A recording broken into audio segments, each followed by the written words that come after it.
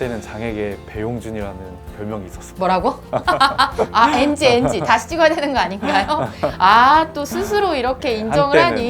예. 주류화된 사회에서 살짝 비껴가면서 오히려 약자들이나 오히려 더 많은 사람들을 살피고자 하는 그런 이제 마인드가 되게 마음에 들었어요. 사회적인 큰 이제 변화를 가져온 게 있는데 그 중에 하나가 이제 장애인 복지법 15조를 개정한 거예요. 장애인 복지법은 장애인들에 대한 복지를 규정하는 기본적인 법인데 그 15조에는 뭐라고 되어 있냐면 정신장애인은 그 법의 적용에서 제외한다라는 규정이 있습니다. 그것을 센터 만들어주고 1년 만에 해결했습니다. 무죄를 다툴 것이냐라는 고민이 살짝 들었지만 한편으로는 이건 훈장이다라는 생각이 있었어. 이거는 활동가로서 나에게는 훈장이다. 그런 생각이 들어서 굳이 나를 위해서 헌법소원을 하고 싶진 않았어요. 그래서 그냥 헌법소원을 포기했고 그래서 기소유예 전과가 있는 전과자입니다. 중요한 일이긴 한데 그 디라이트는 사실 약간 사회적으로 개척하는 역할이라고 생각하거든요. 공익인권센터도 역시 개척하는 개척자이고 싶습니다. 안녕하세요. 안녕하세요. 드디어 만났습니다. 네, 반갑습니다. 와. 이런 분위기였구나. 소개 좀 해주세요. 저는 김강원이라고 하고요. 저는 이제 시민사회단체 활동가 출신입니다. 장애인 단체에서 일을 했었고 한때는 장에게 배용준이라는 별명이 있었습니다. 뭐라고? 아, NG. 다시 찍어야 되는 거 아닌가요? 아, 또 스스로 이렇게 인정을 한때는, 하니. 예. 아이돌이라고 하시길래. 아, 네. 이런 거 너무 좋아요. 그래요? 공익 업무를 하는 분이 왜 디라이트에 오셨나요? 디라이트가 공익을 지향하는 로펌이고 이제 그 부분에서 저하고 어떤 지향점이 같았다고 생각했고요. 또 저도 이제 법을 전공했고 이제 로펌에서 일해본 경험도 있기 때문에 저하고는 되게 잘 맞는 자리라고 생각했고요. 또 디라이트에서 이제 추구하는 바, 앞으로 나아가고자 하는 바가 제가 생각하고 또 제가 하고 싶은 일하고 또 일치해서 디라이트에 합류하게 됐습니다. 축하드립니다. 네, 고맙습니다.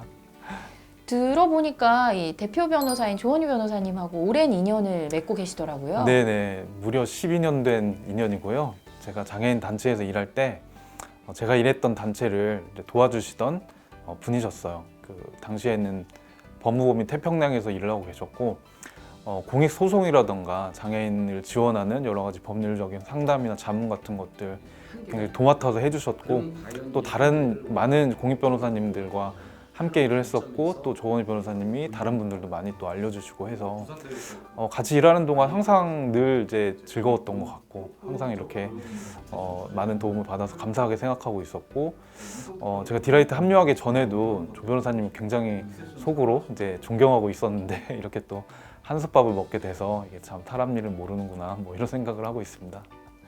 외부에서 오래 모셨겠네요. 그러면 법무법인 디라이트가 추구하는 바가 외부에서는 어떻게 보이셨어요? 일단은 조 변호사님이 이제 법인을 설립하시면서 쓰셨던 글이었던 것 같은데 제가 감명 깊었던 게 저하고 되게 잘 맞는다고 생각한 게 변방을 추구한다는 거였어요. 변방. 이게 중심부가 아니라 항상 주변부를 이제 추구하면서 너무 이제 앞서가려고 하고 이제 높아지려고 하는 게 아니라 주변에 있는 다양한 사람들을 살피면서 오히려 더 넓은 영역을 볼 수 있는 그런 곳이 되고 싶다라고 하는 이제 인터뷰 기사였던 것 같은데 그 가치관이 저하고 되게 잘 맞았던 것 같아요. 사실은 그 중심부라고 하는 것, 계속 높아지려고 하는 그 치열한 경쟁은 진짜 좁잖아요. 좁고 승자독식의 굉장히 정글 같은 그런 이제 그 환경인데 그렇지 않은 주변에는 조 변호사님 그 글에도 있었던 것 같은데 꽃도 볼 수 있고 나비도 볼 수 있고 그런 얘기가 좀 있었던 것 같아요.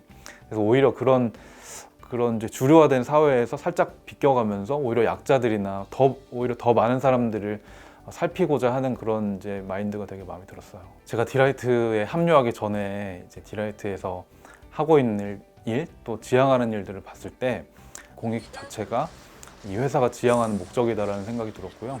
공익 업무나 공익 활동의 어떤 지속성이나 깊이, 또 사회적인 문제에 대한 깊이 있는 고민 같은 것들을 디라이트가 하고 있는 일에서는 많이 엿볼 수 있었고 이런 곳이라면 저도 이제 사회적인 문제들은 앞으로 계속 발생할 것이고 그리고 또 지금 이 사회가 안고 있는 여러 가지 문제나 아픔들이 있고 해결해야 될 과제들이 있는데 그것들을 찾아서 계속 이제 어떤 여행을 같이 할 동반자로서 디라이트가 굉장히 저는 좋겠다라는 이제 생각이 들어서 이렇게 합류하게 됐습니다. 자, 그러면 어떤 일들을 추구하게 됩니까? 공익인권센터. 저는 이 이제 디라이트가 갖고 있는 또 공익 업무에 대한 차별성은 특정한 누군가가 공익 업무를 하는 것이 아니라 전 구성원들이 한 마음으로 이 공익이라는 가치를 지향하는 거라고 생각하고 있고요. 개인들이 가지고 있는 어떤 열정이나 가치관에 대해서 제가 어떤 이제 불씨를 좀 지펴줄 수 있는 역할이었으면 좋겠다라는 생각이 들어요. 근데 디라이트의 어떤 구성원이든 간에 어떤 그분 그리고 그분과 함께 열어가는 그런 모양을 좀 꿈꾸고 있습니다. 디테크, 타임뱅크, 디체인지 이런 일들에 좀 내실을 기하는 일을 더 해보고 싶고요.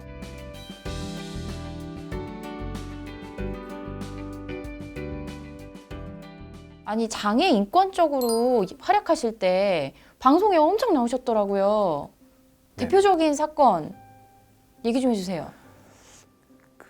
제 어떤 장애 인권 분야의 활동에 있어서 정말 빼놓을 수 없는 일이었다고 하면 신안군 염전노예 사건이었어요. 네. 전국적으로 굉장히 많이 알려진 사건이잖아요. 염전 노예 사건, 일부 염전에서만 일어나는 일인 줄 알았는데 이른바 섬지역 염전노예 사건과 관련해 신안군이 예방대책을 내놨습니다.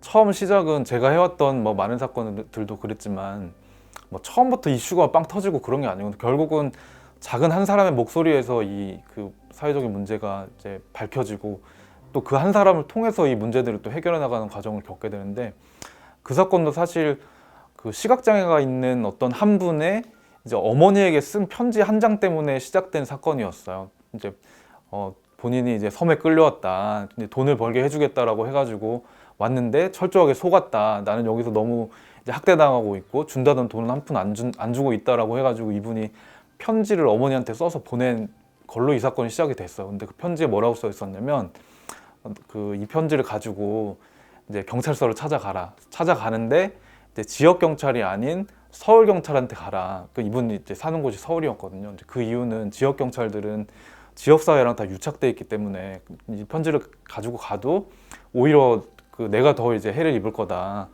그래서 이제 서울 경찰에게 갖다 주라고 했는데 실제 이 어머니가 그 편지를 가지고 서울 경찰에게 갔어요. 그래서 그 사건이 시작이 됐고 그 일을 이제 기점으로 당시 이제 서울 구로경찰서였거든요. 서울 구로경찰서에서 이 사건을 가지고 이제 기자 브리핑을 하면서 사건이 되게 크게 비화가 됐었어요. 그래서 전국적으로 이슈가 굉장히 떠들썩했었고 저는 당시에 보건복지부에서 위탁 운영하는 장애인 인권침해 예방센터라는 센터의 팀장을 맡고 있었습니다. 그래서 장애인 인권 문제였기 때문에 저희 센터에서 담당해야 될 일이었고 사건에서 언론에 보도되자마자 이제 저는 이제 몇 분하고 같이 현장에 내려가가지고 현장 상황들을 좀 이렇게 조사를 했었고요.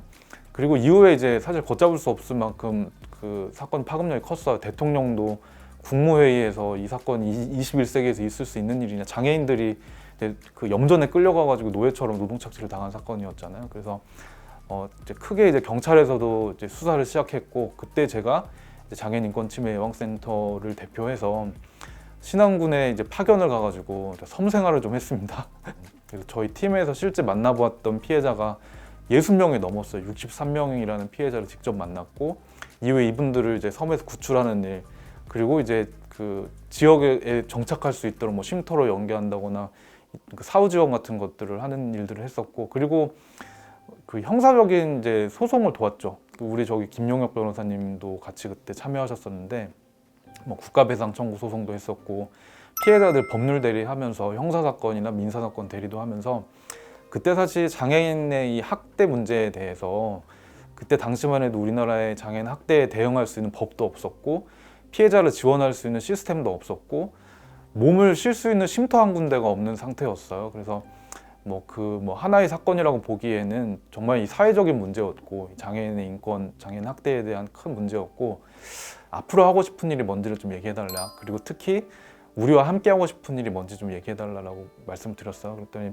변호사님 과거에 해왔던 장애인 차별금지법을 제정하기 위한 활동들 그리고 이제 연구소 같이 했었던 여러 공익소송에 대한 얘기들도 좀 해주셨고 앞으로 이제 하고 싶은 일에 대한 질문에는 본인이 생각하시기에 여러 이제 장애 이슈들이 있지만 그 중에서 정신장애인들의 인권 문제가 가장 심각하고 또 가장 열악한데 너무 소외되어 있고 그 부분을 다루는 사람도 잘 없다. 그리고 뭐 앞 서두에 말씀드린 것처럼 이제 의사들이나 의료인들이 어떤 영역처럼 돼서 그 의학적인 연구 그런 의료 전문가들의 어떤 글들은 많은데 어떤 인권 관점이나 복지 관점에서 연구가 너무 부족한 것 같다라고 말씀을 하시면서 그때 연구소를 한 5년 정도 후원해주고 싶다. 그래서 연구할 수 있는 연구원 그 인건비를 좀 후원해주고 싶고 그래서 복지나 인권 차원의 연구를 좀 많이 만들어줬으면 좋겠다 이런 제안을 하셨었어요. 정신장애인 사회통합연구센터라는 센터를 만들게 됐습니다. 그래서 그 센터가 사실 3년간 굉장히 괄목할 만한 성과를 많이 냈고요. 사회적인 큰 이제 변화를 가져온 게 있는데 그 중에 하나가 이제 장애인 복지법 15조를 개정한 거예요. 그 장애인 복지법 15조가 뭐냐면 장애인 복지법은 장애인들에 대한 복지를 규정하는 기본적인 법인데 그 15조에는 뭐라고 되어 있냐면 정신장애인은 그 법의 적용에서 제외한다라는 규정이 있습니다. 그 왜 그러냐 하면은 정신장애인들은 이제 다른 법이 있거든요. 정신건강복지법이라고 하는 다른 법이 있어. 근데 그 법은 이제 의료에 관한 법이에요. 정신의료에 관한 법인데 그 법에도 일부 뭐 복지에 관한 규정들이 있긴 하지만 사실상 작동하지 않고 있거든요. 그냥 병원만 가서 이제 치료받고 병원에 입원하고 이거밖에 없지 어떤 지역사회 자립이나 이런 것에 대한 규정은 그냥 이제 선언적인 규정만 있지 실제 어떤 작동하는 법이 아니었거든요. 그런데 장애인복지법 15조 때문에 정신장애인들이 장애인 복지법의 적용도 받지 못하고 실제 정신건강복지법은 형식만 있을 뿐이지 실제 예산도 없고 어떤 서비스도 없는 상태이기 때문에 정신장애인들은 사실은 정신병원 말고는 갈 수 있는 곳이 없는 상태였어요. 그 상황에서 저희 센터에서 처음으로 했던 것이 정신장애인을 대상으로 이루어지고 있는 복지 서비스에 대한 실태를 발달장애인하고 비교 분석을 했어요. 그래서 뭐 비슷한 유형의 장애인데 발달장애인들은 이런 예산과 이런 서비스들이 있다. 그런데 정신장애인들은 뭐 예산도 없고 서비스도 없는데 그 주된 요인은 장애인복지법 15조다. 그렇기 때문에 장애인복지법 15조를 개정해서 정신장애인에게도 장애인 복지 서비스의 길을 열어야 된다라고 이제 그런 연구를 했고요. 이게 정말 몇십 년간 이 장애계에 풀리지 않은 숙제였어요. 정신장애인의 인권에 관련해서는요. 근데 그것을 센터 만들어주고 1년 만에 해결했습니다. 1년 만에 그 법이 국회 본회의를 통과해가지고 15조가 폐지되는 것은 정말 장애인 인권 운동사에 길이 남을 일인 것 같고 그런 임팩트가 가능했던 게 사실 조 변호사님이 이제 그런 문제에 대해서 정확하게 이제 짚어보신 거잖아요. 이제 어떻게 보면 이제 통찰을 하신 거고 그런 어떤 그 판단과 저희 이제 그 연구소에서 했던 여러 가지 노력들이 이제 그 결합해서 그런 좋은 성과가 있었던 것 같습니다. 사실 그 인권이라는 게 어떤 사회적인 시스템에서 미처 커버하지 못하는 그런 문제인 경우가 많거든요. 왜냐하면 이제 인권 문제의 시스템이 사실은 적시에 따라가기가 굉장히 힘들어요. 왜냐하면 이제 사회적인 어떤 병폐 때문에 인권 문제가 발생하는 거기 때문에.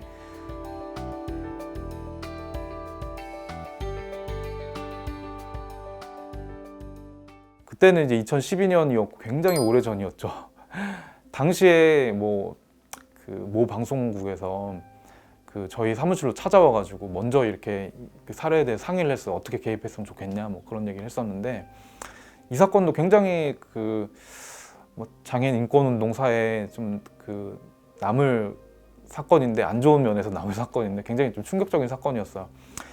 한 1960년대부터 계속 이제 2012년까지 계속되어 온 일이고 어찌 보면은 한국의 어떤 장애인 복지의 역사나 어떤 복지의 역사 뭐 이런 것들을 그 한 사건을 통해서 굉장히 살펴볼 수 있는 사건이었어요. 이제 6.25 한국 전쟁 이후에 이제 버려진 전쟁고아나 뭐 장애 아동들이 되게 많았던 그런 사회였거든요, 우리나라가. 근데 그때 어떤 한 분이 이제 장애 아동들을 이제 거둬가지고 이제 돌보아 준다라고 이제 본인은 주장했지만 사실상은 많은 장애 아동들을 모아가지고 제대로 돌봐주진 않고 오히려 이제 종교인을 사칭했어요. 목사를 사칭하는 사람이었는데 실제 뭐 신학교를 나오거나 목사 안수를 받은 사람은 아니었고 굉장히 좀 웃긴데 장애인을 목숨 바쳐 사랑한다. 목숨 바쳐의 목, 사랑한다의 사 이걸 따가지고 목숨 바쳐 사랑하기 때문에 목사다라고 주장하는 분이었어요. 아무튼 좀 문제가 많은 분이었는데 아무튼 그 장애 아동들을 모아가지고 돌봐준다라고 하고서 사실 굉장히 학대를 했었죠. 학대를 하고 그리고 이제 이 장애 아동들을 내세워서 여기저기에 이제 막 이렇게 설교하러 다니고 막 간증하러 다니고 하면서 이제 부를 축적하셨어요. 이런 스토리들이 알려지면서 여러 가지 뭐 종교단체나 이런 데서 그 분에게 많은 이제 기부를 했었죠. 근데 이분이 장애 아동들을 단지 그냥 모집만 한 게 아니라 자기 이제 친자로 등록을 했어요. 당시 호적에다 등록을 했는데 원래는 입양이 아니라 친자 등록하는 거는 불법이고 당시에도 안 됐고 지금도 안 되는 건데 이분은 굉장히 좀 뭐랄까 되게 악랄한 분이었어요. 되게 악랄한 분이고 굉장히 민원을 많이 일으키는 굉장히 다루기 힘든 분이어가지고 막 민원 제기하고 뭐 관청 뭐 찾아가가지고 자치단체 뭐 이렇게 주민센터가 찾아가가지고 막 이제 깽판을 친 거죠 한마디로. 그래서 자기 이제 그 호적에다가 장애 아동들을 무려 21명을 이제 친자로 등록했어요. 그런데 사실은 그 과정에서 여러 이제 눈물겨운 에피소드들이 되게 많았었고 왜냐하면 당시에 우리나라에도 장애인 복지라는 것들이 굉장히 일천했기 때문에 실제 장애 아동들을 이제 키우는 부모님 입장에서는 뭐 학교도 보낼 수가 없고 당장 뭐 일을 할 수도 없고 빈곤하고 그래서 먹고 살 길이 너무 막막한 거예요. 그런데 이제 그 목사님의 소문이 이제 나다 보니까 그 장애 아동들은 부모님이 찾아와가지고 사실 지금 뭐 아직까지도 그런 일이 아예 없다고 할 수 없는데 그러니까 돈 주고 맡기는 거예요. 어느 정도 목돈을 만들어 와가지고 맡아달라고 하고 주는데 이분은 사실은 이제 돈이 목적이었던 거고 제대로 아동들을 돌보지 않고 그 중에서 어떤 식으로 했냐면은 그 중에 좀 큰 애들 혹은 장애가 좀 경한 애들이 다른 애들을 관리하도록 하는 시스템으로 운영을 했는데 그게 이제 세월이 지나다 보니까 그 미신고 시설이라고 정의할 수 있거든요. 방송을 통해서 다 드러났어요, 사실은. 그리고 그 방송에 나가고 나서 그 이제 생존자들이 이제 방송 통해 가지고 이제 뭐 이렇게 제보하는 일도 있었고 실제 거기에 이제 맡겼다는 부모님들도 등장하고 없어졌던 생존자들을 찾아내기도 했거든요. 굉장히 끔찍했죠. 제가 뭐 그 사진도 가지고 있는데 자꾸만 이제 탈출을 하니까 못 나가게 하려고 문신을 새긴 거예요. 이제 장애인이라는 문신을 장애인, 그다음에 이름, 연락처 이거를 문신으로 새긴 사례도 있었어요. 근데 그런 사례가 한 사례도 아니고 2사례나 있었거든요. 낙인인 거예요, 한마디로. 장애라는 낙인이다 뭐 이렇게 생각했었던 건데 그래서 결국 방송 나가고 나서 그 사람한테 자녀를 맡겼던 부모님들이 전국에서 모였어요. 그리고 그 지역에 있는 장애인 부모단체도 모였었고요. 그래서 그 원주에 그 사랑의 집이라는 시설이 있었는데 일단 내 자식 죽었나 살았나 봐야 되겠다. 들어가야 되겠다라고 하는데 이제 거기는 이제 굳게 닫혀 있고 출입 금지, 무단 출입 시 고발하겠습니다라고 써 있는 거죠. 그리고 철조망이 둘러져 있고.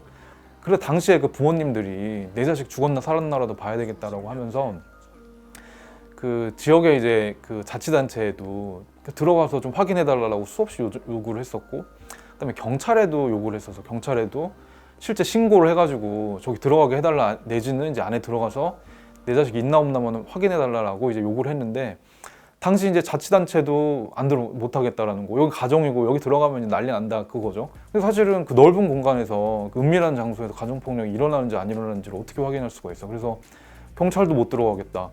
또 이제 그 주민센터 자치단체도 못 들어가겠다라고 하는 상황인데 당시에 모였던 그 부모님들하고 지역의 장애인 부모단체에서 어머님들이 이제 문 따고 들어가겠다고 막 하시는 상황이었는데 그 사실 저는 그걸 이제 만류하는 입장이었어요. 왜냐하면 들어가면 분명히 주거침입 이슈가 발생을 할 거고 안 된다 좀 기다려보자 방법을 찾아보자라고 이제 설득을 했는데 계속 대치를 한 거죠. 문 앞에서 계속 이제 하루 종일 대치를 하다가 경찰도 계속 안 된다고 하고 그래서 이제 사실 야간에 밤이 돼서 이제 좀 감정이 고조돼서 그랬는지 이 부모님들이 막 들어가겠다고 하고 뭐 어디 막 절단기를 구해오신 거예요.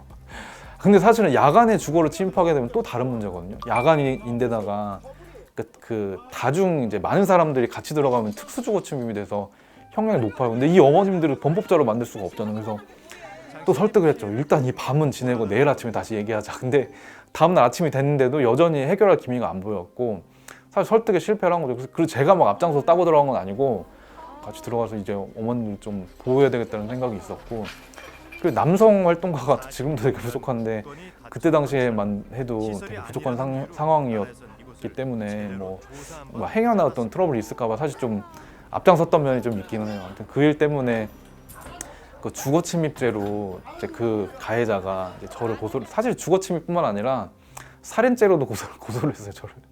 근데 당시에 실제로 그 집에 들어갔더니 그 호적에는 21명이 등록돼 있었는데 실제로는 생존해 있는 분은 4명이었어요. 4명이었고 굉장히 그 모습이 앙상하게 마른 몸에 온몸이 상처투성에 머리는 빡빡 깎이고 똑같은 후줄근한 추리닝 입고 방바닥에서 식사하는 상황이었거든요. 도저히 뭐 정상적인 뭐 가정 뭐 시설이라고도 볼 수 없는 상황이었는데 그 네 분을 아무튼 당시에 구출을 해냈었는데 그분 중에 한 분이 직장암 사기 상태였어요.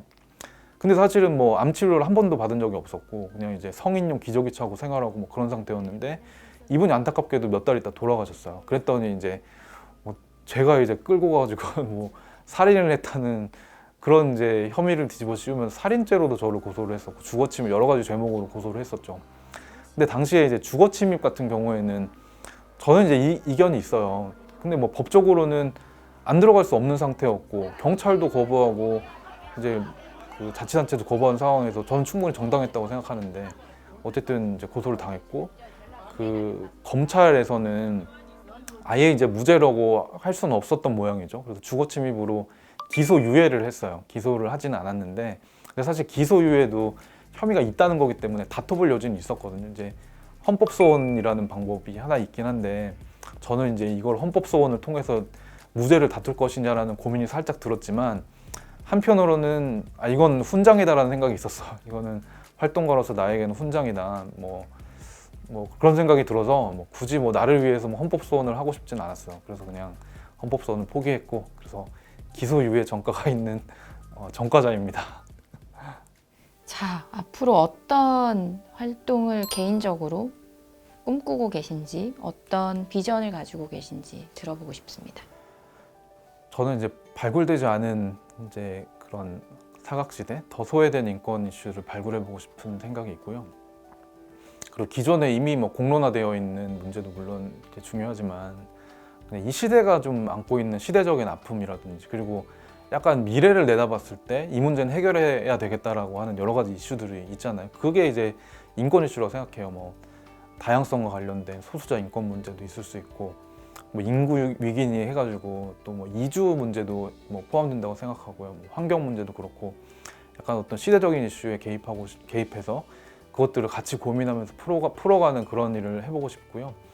조금 구체적으로는 뭐 제가 장애 분야 밖에는 경험이 없기 때문에 뭐 이주나 뭐 난민 이슈들도 좀 해보고 싶고요.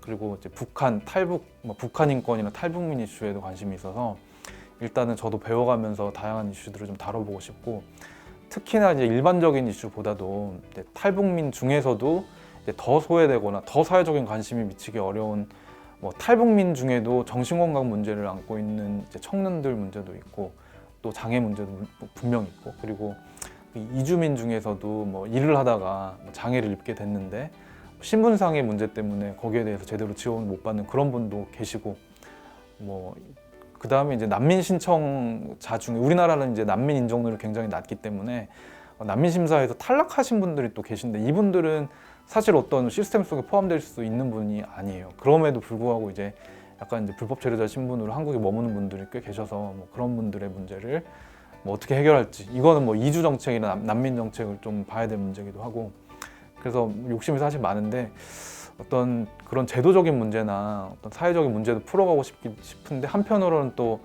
그런 이제 개개인들을 만나고 돕는 게 저한테는 굉장히 큰 에너지가 되기 때문에 이걸 너무 이제 제도적인 그 책상에 앉아서 뭐 인권을 논할 수는 없는 것 같아서 저는 현장을 좀 더 많이 다녀보고 싶습니다. 보이지 않는 조력자로서 살아왔고 그게 저한테는 굉장히 뭐 개인적으로도 뭐 저의 어떤 하나의 정체성인 것 같습니다. 그래서 뭐 사실 센터에서 그 센터가 뭐 모든 것을 뭐 다 한다기보다는 이제 구성원들이 각자가 가진 어떤 열정이나 공익에 대한 헌신들을 이렇게 이끌어내는 역할을 많이 하고 싶고요. 그리고 사실 그 이 사회가 안고 있는 그 여러 가지 문제들이 있고 또 이렇게 그 치고 나가야 될 이슈들이 많다고 생각해요. 근데 그거를 뭐 사후적으로 수습하는 것도 물론 중요한 일이긴 한데 그 디라이트는 사실 약간 사회적으로 개척하는 역할이라고 생각하거든요. 공익인권센터도 역시 개척하는 개척자이고 싶습니다.